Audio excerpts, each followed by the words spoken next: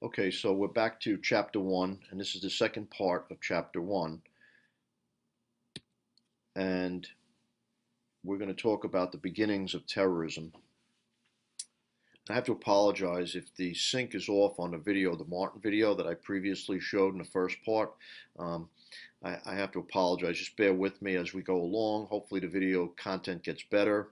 We're new at this and we're just starting out, so we're trying to keep it. Um, we're trying to experiment with different things, but the Martin video, I know that the voice and the video is a little out of sync.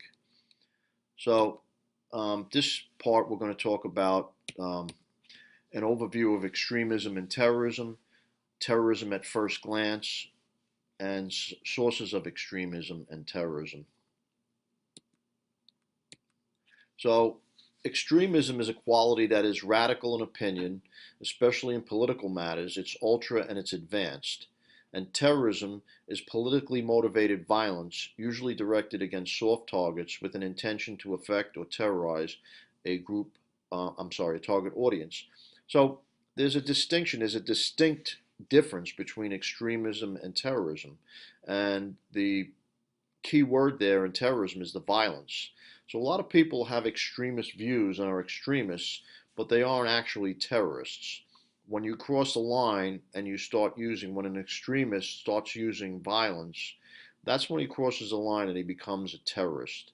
So there are many, many people out there that have extremist views about religion, politics, animal rights, different things, whatever particular cause that they are adamant about.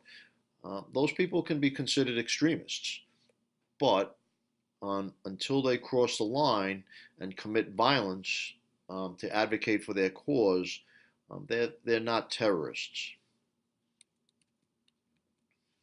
So extremism characterizes views that are radical and ultra and are based upon intolerance of others.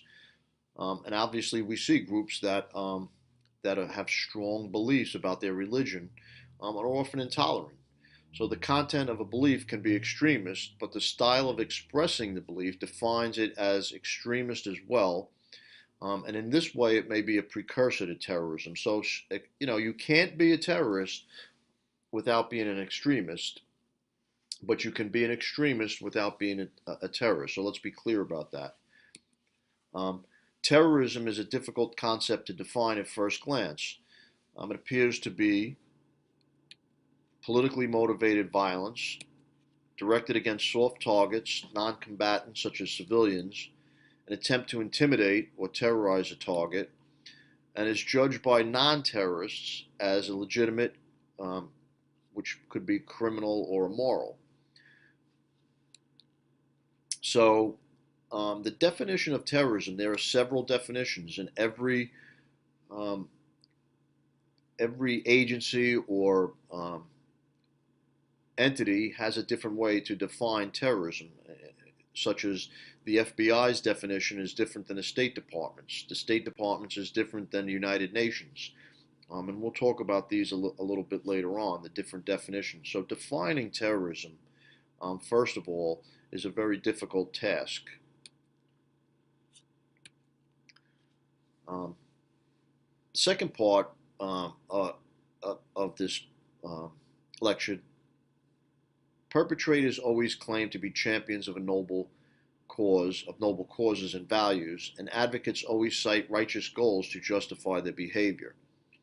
Perpetrators uniformly maintain that they are freedom fighters or champions of law and social order. So, um, when you kill innocent civilians, there has to be a justification for committing those acts. And so they always claim a noble cause. Right now in the Middle East, the cause of jihad is that people that don't believe in their beliefs are infidels, and therefore um, they can be eliminated. Um, and so, in order to gain and attract followers, we call ourselves, or terrorists call themselves, freedom fighters. Um, terrorism, and terrorist, that term, it's pejorative. And so On the other side, we're calling them terrorism, but on the other side, they call themselves freedom fighters. They're fighting for the freedom of expression, to express and um, to celebrate their own religion. Terrorism is common in some areas, but not in others. We are in such an era where, on one side, groups and individuals commit acts of terror to wage a holy war, and where states, on the other side, wage a war on terrorism. So after September 11th, um, the gloves came off, to quote a former CIA official, and so a war on terrorism began. It was declared by President Bush, George Bush at the time. And so on our side, we declared a war on terrorism, and on the other side, they declared a jihad, a holy war against the infidels that were um, inhabiting or had in their countries. Osama bin Laden was extremely angry that the Saudis allowed the United States to launch attacks from Saudi Arabia during the first Gulf War. And so the infidels, we were infidels, and Osama bin Laden declared war on anyone who helped the United States or was an ally of the United States. However, terrorism stretches well back into history, and commonalities of terrorism can be identified across eras. So, like I said earlier, this is a survey course, and we're going to look at some of the history of terrorism. Um, and so there are some commonalities. Terrorists justify by practitioners to promote supposedly just causes. Terrorists see themselves as freedom fighters. If they resist the state and are champions of law and social order, if they use terrorism on behalf of the state. So, um, throughout history, there are groups that started out as terrorists. They call themselves freedom fighters. Eventually, if their cause becomes popular, they are legitimized and eventually go from being terrorists to um, freedom fighters and eventually possibly revolutionaries in order to overthrow the government that's in power at the time.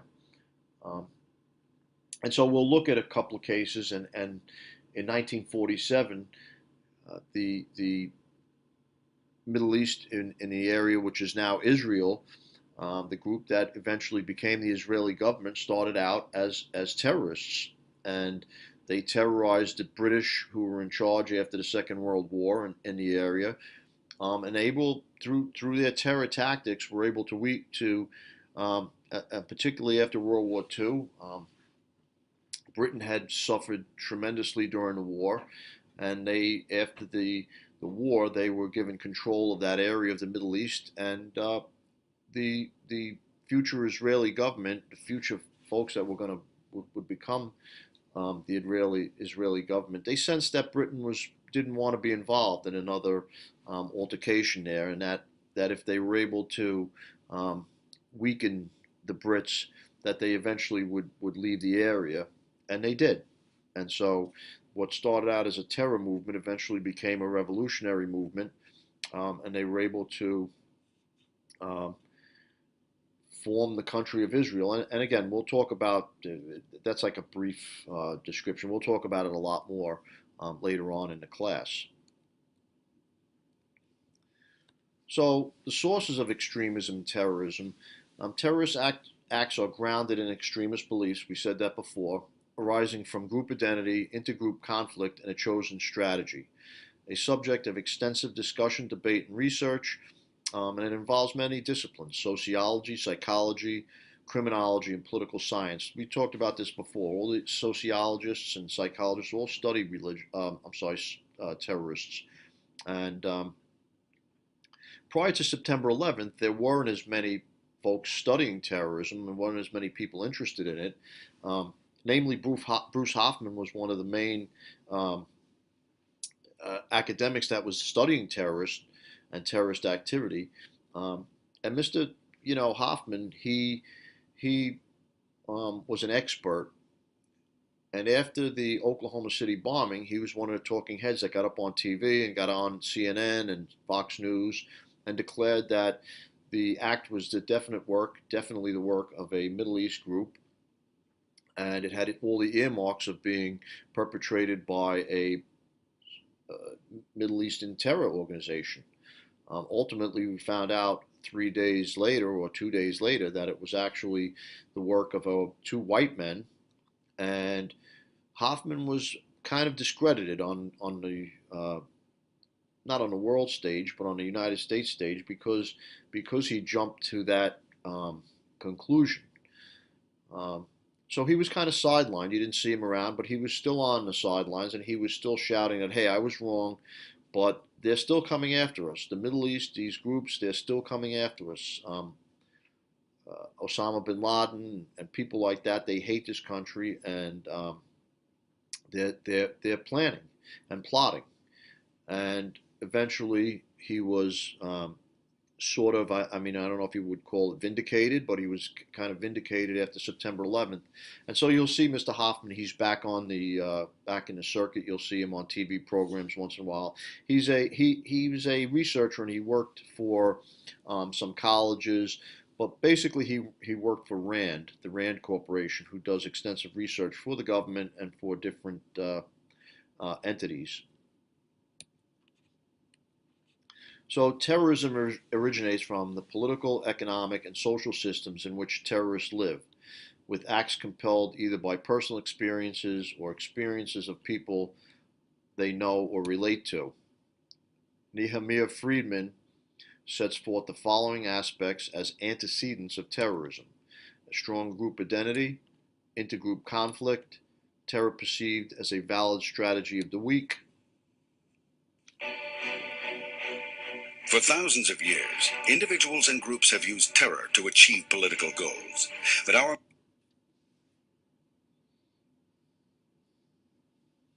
modern concept of terrorism was formed soon after Israel defeated Arab armies in the Six-Day War of 1967. Radical organizations, apparently with support from Arab governments, were formed to terrorize Israel, its citizens, and its allies. One group called Black September killed 11 Israeli athletes at the 1972 Olympic Games. Americans also became targets in the Middle East. Hundreds died in 1983 when suicide bombers in Lebanon attacked the U.S. Embassy, then a Marine barracks. And there was more carnage 5 years later when Pan Am Flight 103 was blown up over Scotland. All the while, U.S. citizens seemed safe from terrorism at home until 1993, when Islamic radicals exploded a bomb at the World Trade Center. 6 people died in that attack, which was then considered horrendous, but pales in comparison with the terror that would come 8 years later, when Americans experienced our own version of Black September. We have had instances throughout history of people who have done suicidal acts. Sometimes they've been suicidal on our side. What you have in a suicide attempt is a belief in something higher. And that belief can be religious. You're right, it can be the idea that you were going to do something for Islam or to go to heaven. But it can be secular. It can be because your family were killed. Pigs can fly. But the point is, you do not attract these number of martyred cadres by appealing to Ba'ath Arab nationalism. That's right. You do it by you did during the Lebanese Islam. Civil War. Yes, you certainly have. We're talking about the case of Middle East terrorism. This is 100% religiously motivated. And what is it called? I mean, how about the words holy war, a jihad? I mean, it's interesting that holy war does. Yes, but holy war in this sense does mean a religious war, as the Crusades were for Christian fanatics who were moving across east toward. There are religious wars, and this has religious nexus. When World War II was called a crusade in Europe, we didn't, religious war like that. No, I agree. Osama bin Laden believes in religious war.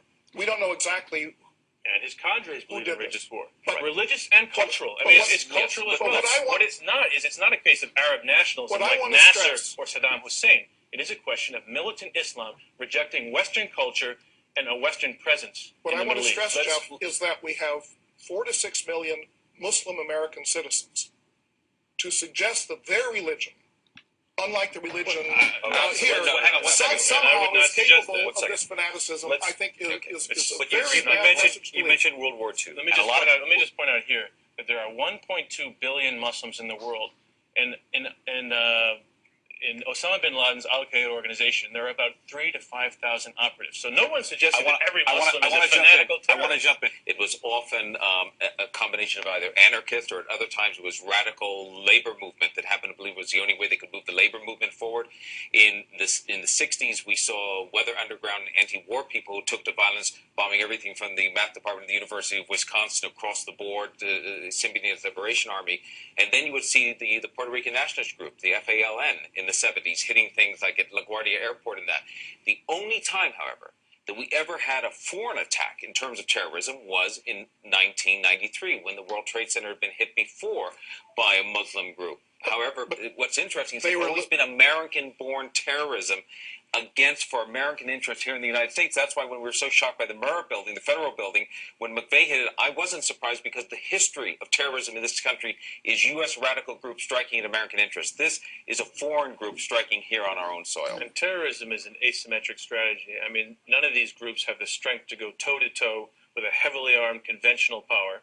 So they look for ways to gain leverage. And one such way is to erode confidence, undermine people's willingness to continue the struggle or to continue their lives as they're used to.